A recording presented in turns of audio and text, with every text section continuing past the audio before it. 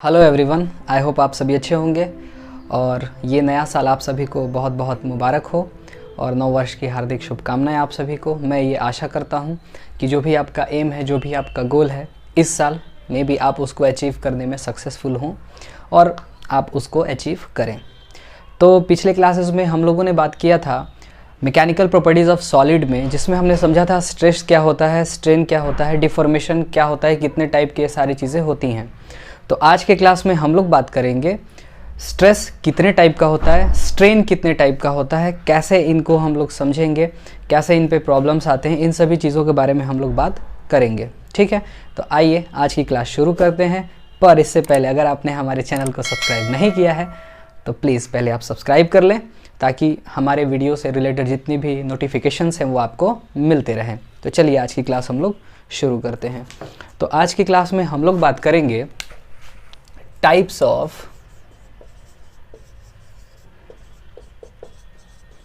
Stress and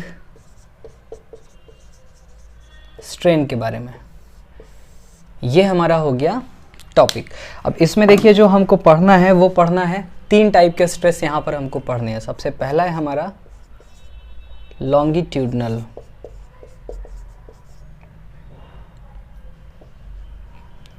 longitudinal, इसी का दूसरा नाम है लीनियर। क्या नाम है इसका? लीनियर।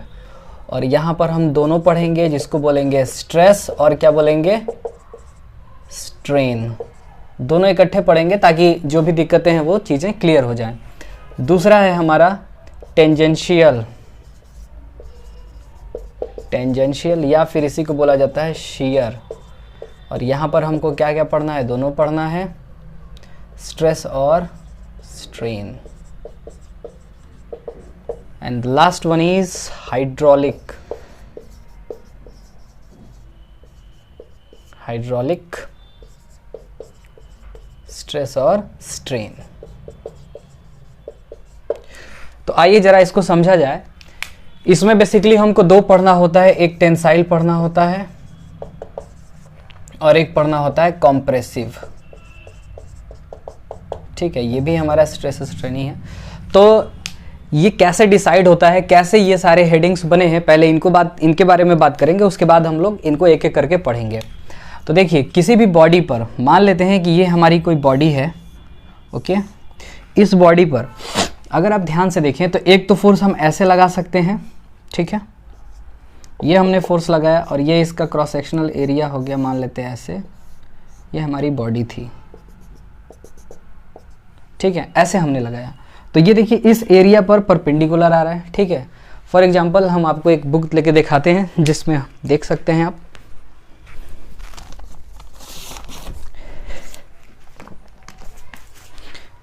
जैसे मान लीजिए ये सामान्य ज्ञान है, किरण का मैंने लिया था ऐसे पढ़ने के लिए।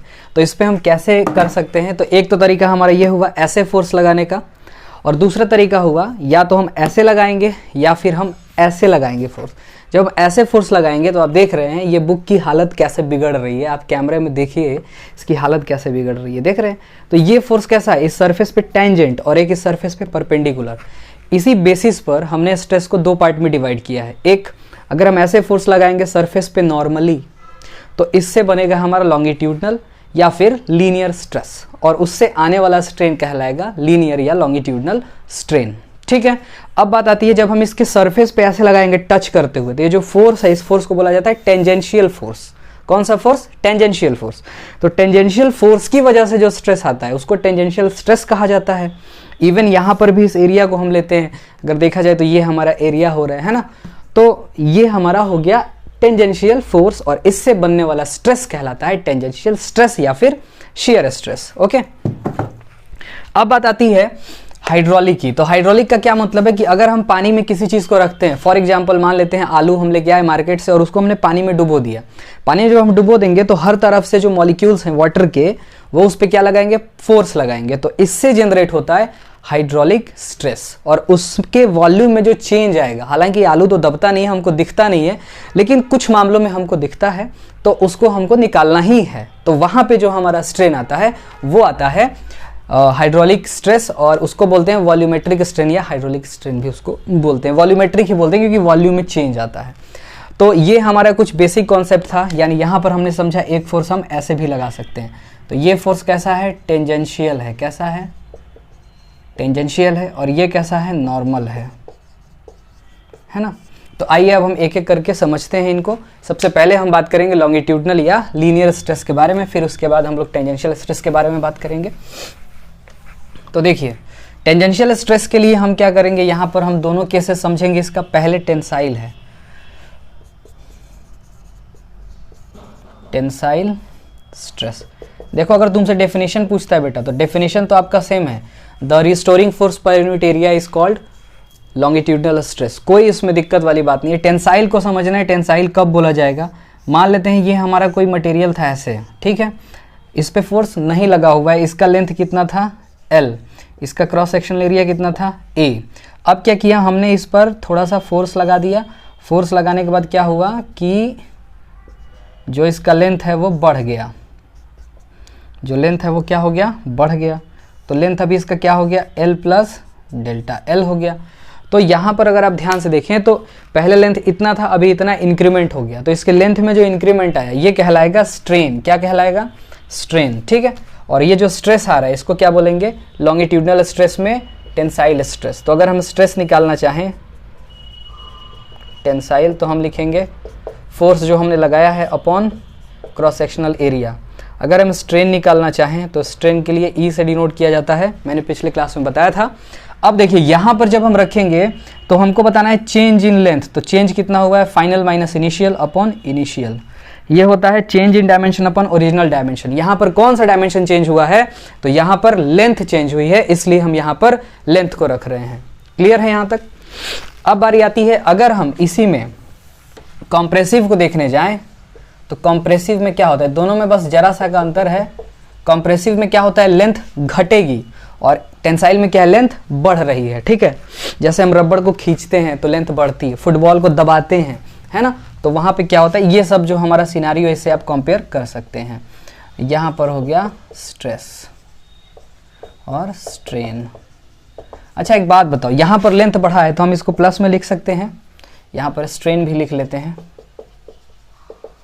ओके, ठीक है। कॉम्प्रेसिव स्ट्रेस और स्ट्रेन क्या है, तो मटेरियल हमारा यही है। अभी हमने क्या किया कि इस पे फोर्स लगा दिया, तो फोर्स लगाने से क्या हुआ कि जो हमारा एरिया है, सॉरी लेंथ जो है वो क्या हो गया है, घट गया है। तो ये L माइनस डेल्टा L हो गया है, ठीक है। फोर्स हमने ये लगाया है। अब यहाँ पे अगर आपसे सिग्मा पूछा जाए कॉम्प्रेसिव, तो आप क्या बताएंगे, फोर्स आप वही बताएंगे इक्विलिब्रियम पर बराबर होता है F बाई एरिया जो हमारा हुआ करता है, ये वाला, ठीक है। अब इसके बाद बात आती है स्ट्रेन की। तो स्ट्रेन अगर हम निकालने जाएं कॉम्प्रेसिव, यहाँ पर हमने T लगा दिया, तो ये कितना हो जाएगा बच्चों, ये हो जाएगा माइनस का डेल्टा L बाई L। ये हमारा आ गया टेंसाइल और कॉम्प्रेसिव स्ट्रेन। अब फटाफट आप इनको नोट करिए ताकि हम बात करें टेंजेंशियल स्ट्रेस और स्ट्रेन के बारे में, या फिर शियर स्ट्रेन और स्ट्रेस के बारे में, ठीक है। तो आई होप आपने इनको नोट कर लिया है। चलिए अब हम आगे बढ़ते हैं।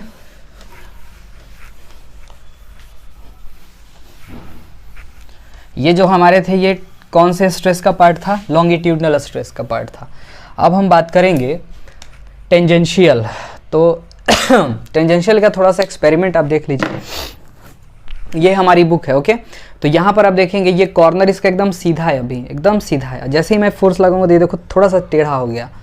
तो ये जो एंगुलर चेंज आया है इसमें, अगर मैं डायग्राम से इसको दिखाऊं तो आपको ज़्यादा क्लैरिटी आएगी, है ना।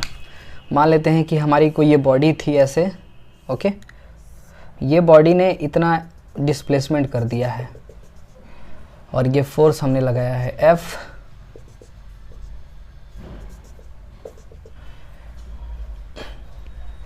मान लेते हैं ऊपर इसकी एरिया रही होगी जैसे हमारा बुक का केस था। अब देखो इस केस में यहाँ से यहाँ तक का लेंथ दिया हुआ है, इसको ट्रांसवर्स लेंथ भी बोलते हैं, और ये जितना चला है इधर की तरफ इसको हमने डेल्टा x कह दिया। तो एंगुलर डिस्प्लेसमेंट कितना हुआ, थीटा। ये जो कंडीशन हमारा बन रहा है, ये जो शिफ्ट हो रहा है यहाँ से यहाँ तक, है ना, तो इसमें ये डिस्प्लेसमेंट भी हो रहा है और फिर ये भी हो रहा है। तो ये रेशियो हो जाता है डिस्प्लेसमेंट अपॉन ट्रांसवर्स लेंथ के, ठीक है। अब यहाँ पर थीटा को बोला जाता है एंगुलर डिस्प्लेसमेंट। मुद्दा ये है कि यहाँ पर अगर आप फोर्स को देखेंगे तो ये फोर्स इसके परपेंडिकुलर नहीं है, टेंजेंशियल है। तो टेंजेंशियल है, इसीलिए इसका नाम क्या है, टेंजेंशियल स्ट्रेस या शियर स्ट्रेस। ओके, जब किसी भी चीज़ को, जैसे स्प्रिंग को आप खींचोगे तो उसका लेंथ नहीं बढ़ता है, जो वायर है उसका लेंथ नहीं बढ़ता है, स्प्रिंग क्या होता है, शियर स्ट्रेस आता है, क्योंकि जो वो ऐसे बना होता है ना स्प्रिंग, अगर आप थोड़ा सा स्प्रिंग को देखो ऐसे ऐसे ऐसे ऐसे बना रहता है, तो इसका वायर थोड़ी बढ़ जाता है जब आप इसको खींचते हो, तो वायर तो वही रहता है, पर इनमें जो है वो क्या आ जाता है, ऐसे ऐसे स्प्रिंग हो जाता है। समझ आ रहा है? तो ये यहाँ पे भी शियर ही आता है। समझ आ रही है बात? खैर, अब मुद्दा ये है कि हमको ये बताना है कि स्ट्रेस क्या होगा। तो स्ट्रेस बताने के लिए हम यहाँ पर लिख देंगे, कभी कभी ना इसको टाउ से दिखाया जाता है, या फिर ऐसे सिग्मा लिख करके भी आप शियर लिख देंगे तो भी चलेगा। फोर्स कौन सा, ये वाला। एरिया कौन सा, ये जो एरिया बनेगा यहाँ पर, उस एरिया की बात हो रही है, तो एरिया हो गया। अब अगर बात करें हम शियर स्ट्रेस, स्ट्रेन का, स्ट्रेस का तो हो गया, स्ट्रेन की बात अगर हम करें तो स्ट्रेन हम कैसे निकालेंगे, आइए देखते हैं। स्ट्रेन की जहाँ तक बात है तो सबसे पहले हम टैन थीटा निकालेंगे। Tan theta is equal to क्या होता है, परपेंडिकुलर बाई बेस, तो परपेंडिकुलर हो गया डेल्टा एक्स, और ये हो गया बेस हमारा एल। यहाँ पर देखा गया है since theta is very small, most of case में देखा गया है थीटा बहुत ही स्मॉल है, और अगर थीटा बहुत स्मॉल है तो टैन थीटा भी जो है वो हमारा किसके बराबर आ जाएगा, नियरली इक्वल टू थीटा आ जाएगा।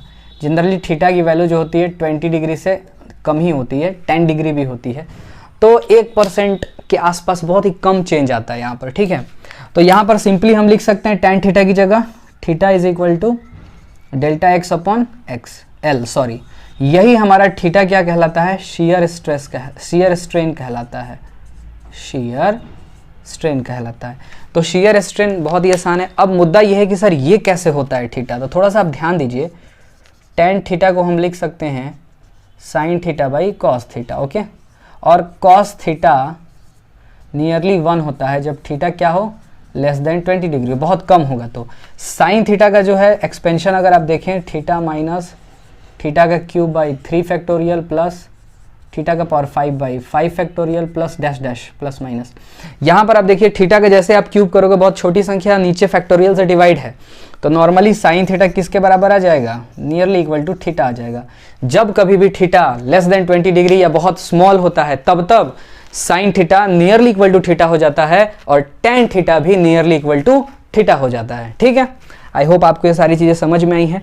तो यहाँ पर हमने बच्चों डिस्कस किया टेंजेंशियल शियर स्ट्रेस क्या होता है, टेंजेंशियल स्ट्रेस क्या होता है या शियर स्ट्रेस क्या होता है, स्ट्रेन क्या होता है, उसको भी हमने यहाँ पर डिस्कस कर लिया है। अब हम बात करेंगे हाइड्रोलिक स्ट्रेस और स्ट्रेन के बारे में, तो फटाफट आप इनको नोट कर लीजिए, इसके बाद हम उस तरफ चलते हैं। ठीक है, तो अब हम लोग बात करेंगे हाइड्रोलिक स्ट्रेस के बारे में या स्ट्रेन के बारे में, यानी कि जो हमारा लास्ट का पॉइंट है इसको हम लोग डिस्कस करेंगे। ठीक है, तो देखा ये गया है, जैसे मैंने आपको पहले ही बता दिया है कि बाल्टी में अगर आप आलू को डालेंगे तो आलू पे चारों तरफ से फोर्स लगेगा। तो अगर हम डायग्राम बनाना चाहें तो मान लेते हैं कि ये हमारी कोई बॉडी है और ये बॉडी ऐसे है। ठीक है जी, तो मान लेते हैं इसका पहले वॉल्यूम v था, बाद में volume v minus delta v हो गया, है कि नहीं।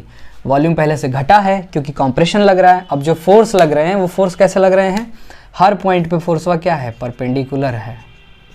हर पॉइंट पे फोर्सवा क्या है, परपेंडिकुलर है, और फोर्सवा कहता है कि भाई तुमको दबाऊंगा मैं, है ना। तो फोर्स इनको क्या कर रहा है, कंप्रेस कर रहा है, और कंप्रेस करने का मतलब इनके वॉल्यूम को घटा रहा है। ठीक है जी, तो ये सिचुएशन है हमारा, ये हमारी कोई सॉलिड बॉडी है। नॉर्मली कभी कभी क्या होता है कि डिफॉर्मेशन हमको दिखता भी है, कभी कभी नहीं भी दिखता, लेकिन आप ना नहीं कह सकते। अगर डिफॉर्मेशन की बात आएगी, आपसे पूछा जाएगा मटेरियल में डिफॉर्मेशन हुआ है कि नहीं हुआ है, तो आपका आंसर होगा यस, ना नहीं कह सकते, क्योंकि डिफॉर्मेशन दो टाइप का होता है, एक है इलास्टिक डिफॉर्मेशन और दूसरा है प्लास्टिक डिफॉर्मेशन कह सकते हैं, या परमानेंट डिफॉर्मेशन कह सकते हैं, या परमानेंट सेट कह सकते हैं, अलग अलग नाम है इसके। ठीक है, पिछले वीडियो में हमने इसके बारे में डिस्कस किया था। तो कहीं ना कहीं डिस्प्लेसमेंट होता है, और डिफॉर्मेशन होता है, क्या बोल रहा हूं मैं, डिस्प्लेसमेंट, खैर कोई बात नहीं, डिफॉर्मेशन होता है, और डिफॉर्मेशन को हम ना नहीं कह सकते। ठीक है, तो आइए देखते हैं इस केस में क्या होता है। तो इस केस में अगर आप देखें तो जो हमारा हाइड्रोलिक स्ट्रेस है,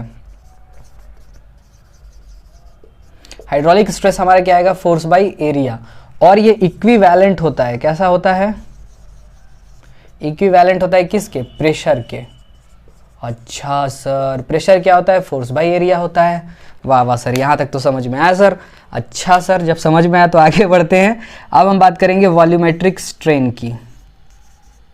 वॉल्यूमेट्रिक स्ट्रेन, अब यहाँ पर वॉल्यूमेट्रिक स्ट्रेन की जहाँ तक बात आती है तो ये कहता है change in volume upon original volume. तो चेंज इन वॉल्यूम कितना हुआ है हमारा? माइनस का delta we upon original volume we है।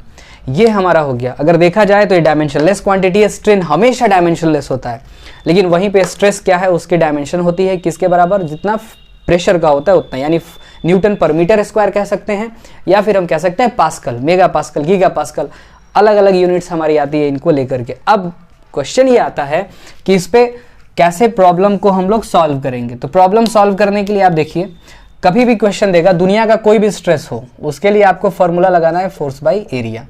ओके, अब यहां से इस पे तो उतना ज़्यादा क्वेश्चन नहीं बनता है, क्योंकि जब हम थोड़ा सा और टॉपिक पढ़ लेंगे, जैसे हुक्स लॉ वगैरह जब हम लोग पढ़ लेंगे, तो हुक्स लॉ में क्या आता है? इलास्टिक मॉडुलस आते हैं, उनमें 3 मॉडुलस हमको पढ़ना है। वो तीनों जब पढ़ लेंगे तब मिला के इनसे क्वेश्चन पूछता है ना। तो मे भी हम लोग उसको अगले क्लास में कवर करेंगे। आज आप देख सकते हैं स्ट्रेन से अगर पूछेगा तो स्ट्रेन का आपका फॉर्मूला या तो डेल्टा एल बाई एल, इससे काम चल जाएगा, या फिर आपका काम चलेगा डेल्टा एक्स बाई एल से। ये शेयर वाले केस में है, ये लॉन्गिट्यूडनल में है। और अगर वॉल्यूमेट्रिक पूछ दिया तो आप लिखेंगे डेल्टा वी बाई वी। अगर प्लस माइनस के साथ पूछ रहा है तो आप इसमें माइनस लगाएंगे। अगर खाली मॉडुलस पूछते रहा है तो यहाँ पर कुछ भी लगाने की ज़रूरत नहीं है। ठीक है, तो इन पे आप न्यूमेरिकल कर सकते हैं। आने वाले टाइम में हम इन पे न्यूमेरिकल भी लेंगे, पर थोड़ा सा भी हम लोग और इसके बारे में पढ़ेंगे। ठीक है, तो आई होप आज की क्लास आपको समझ में आई। अगर आपको समझ में आता है तो आप इसको लाइक करें, शेयर करें, सब्सक्राइब करें, अपने फ्रेंड सर्कल में भेजें, ताकि उन तक भी हमारी ये चीज़ें पहुँच सके। और ऐसे ही देखते रहें, सीखते रहें, क्योंकि जब तक सीखने का जज्बा है तब तक जीतने का जज्बा है। That's all for today.